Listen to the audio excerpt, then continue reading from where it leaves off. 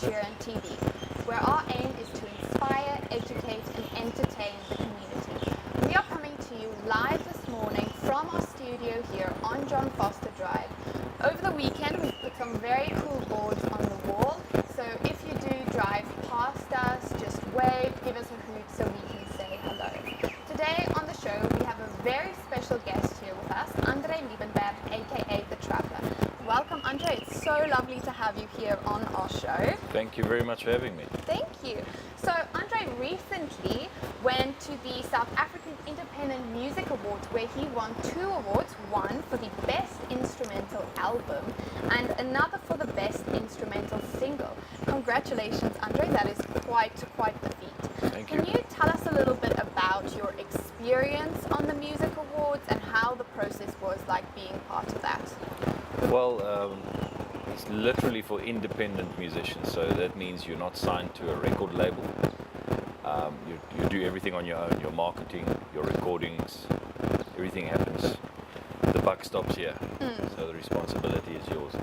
How it works is you enter, it's almost like a competition, so you enter your work and then they will nominate it if it's good enough, obviously.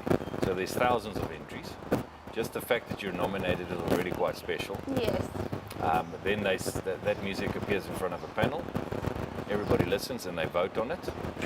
And then the winner is then obviously chosen from that panel. From that panel. From the panel decision. The gala evening was fantastic. There were many artists from right across the country were there. And I must say, every year it seems to get bigger. I've entered twice now, and both times it seemed to double in size. I mean, even Prime Circle was at the last one, and the old band Wonderboom was there. Many artists were there. I mean, Jennifer Zamudio was there, just to name a few. Leonie May even did a guest appearance. Sonia Harold, she's from way back in the day. We grew up with her. Many guys, the Staccatos even, who are the longest running band in South Africa. Oh wow. They were there. They also got Lifetime Achievement Awards. So yeah, it was a very special experience getting those awards for an instrumental album and an instrumental signal. Yeah, well, thank you so much for telling us about that, and that is really special then with all of those artists that are participating that you won those 2 awards. I want to ask Arnold if he can play one of your songs for us so the listeners can have a little sneak peek into what your music is like.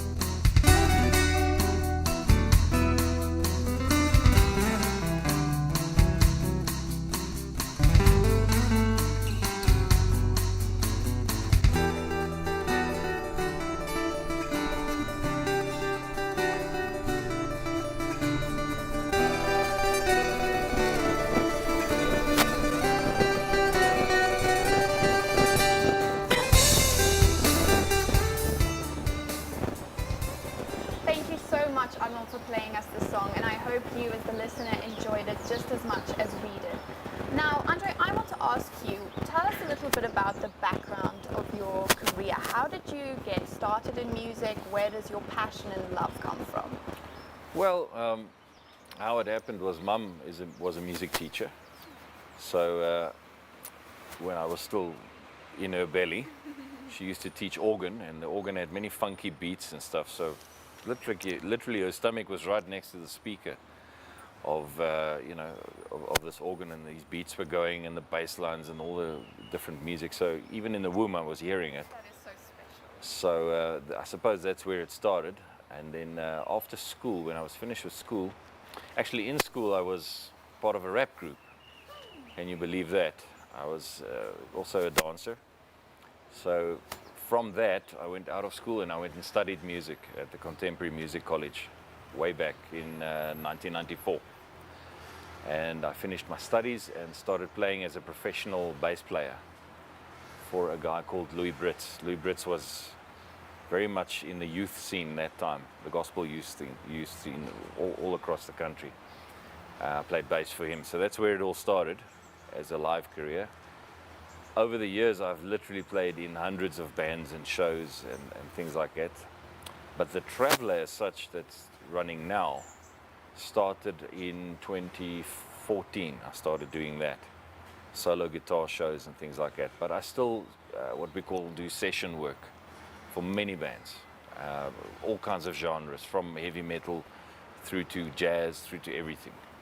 But my main passion remains instrumental music, and what you just heard is very much where my heart is at, is instrumental music.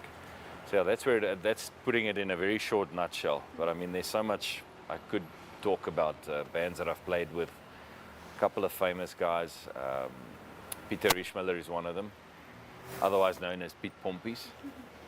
He was the front man for DJ Osava. I toured with him for the last 4 years, right across the country. We were everywhere, over 500 shows. I did that. One of your previous guests, Cunning Brad, I gigged with him as well. And right now I'm in a new band as well called Fabond. It's a hard rock English Afrikaans band. We'll be splashing onto the scene very, very soon. So look out for that. And yeah, that's pretty much in a nutshell what I'm busy with. Well, thank you for sharing that with us, and that's Sure. quite the career, and it's really cool that it started in your mother's womb, so music is in your veins. Absolutely, absolutely. I want to talk a little bit about now, you are an instrumentalist, so Yes. you don't do much with lyrics, you don't sing as much. You do, but your heart lies Yeah. in playing the instruments. Can you tell our viewers a little bit about what the differences are in the industry between someone like you that is an instrumentalist and someone that is a singer?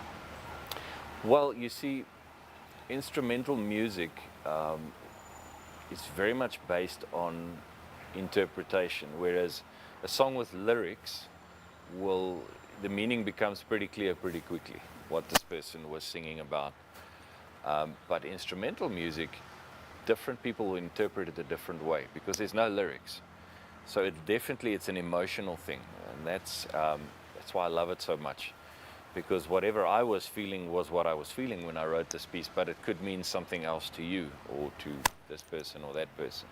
So there's that aspect to it, but it's also very difficult being an instrumentalist in the industry because a singer can sing and he'll always make money from that, but I, as an instrumentalist, will have my own shows as the Traveller, but I will have to do, to pay the bills, I will have to be doing session work for other singers.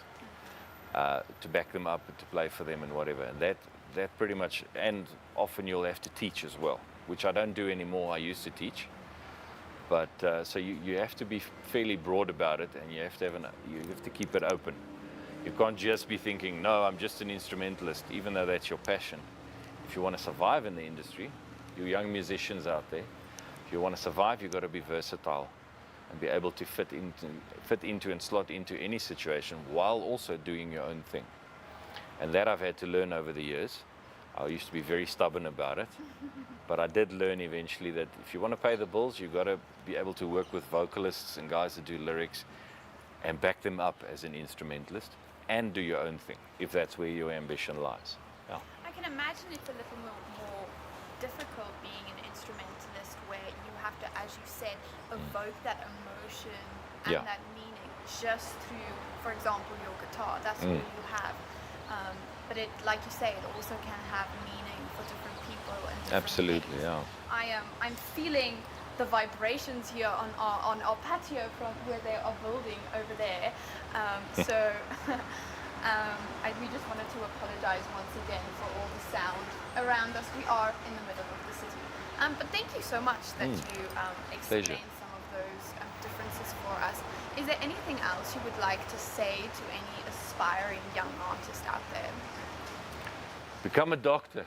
No, don't do that.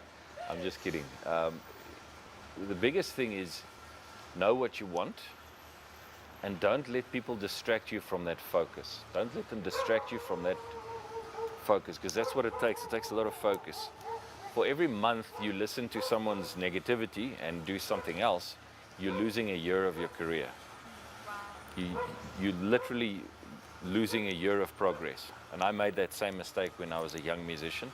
I listened to other people, and that was a mistake. If you've got a dream, you've got to chase it. It's important enough to you, chase it. And don't let that focus be broken, because that, in the end, it's going to cost you time and money, for that matter.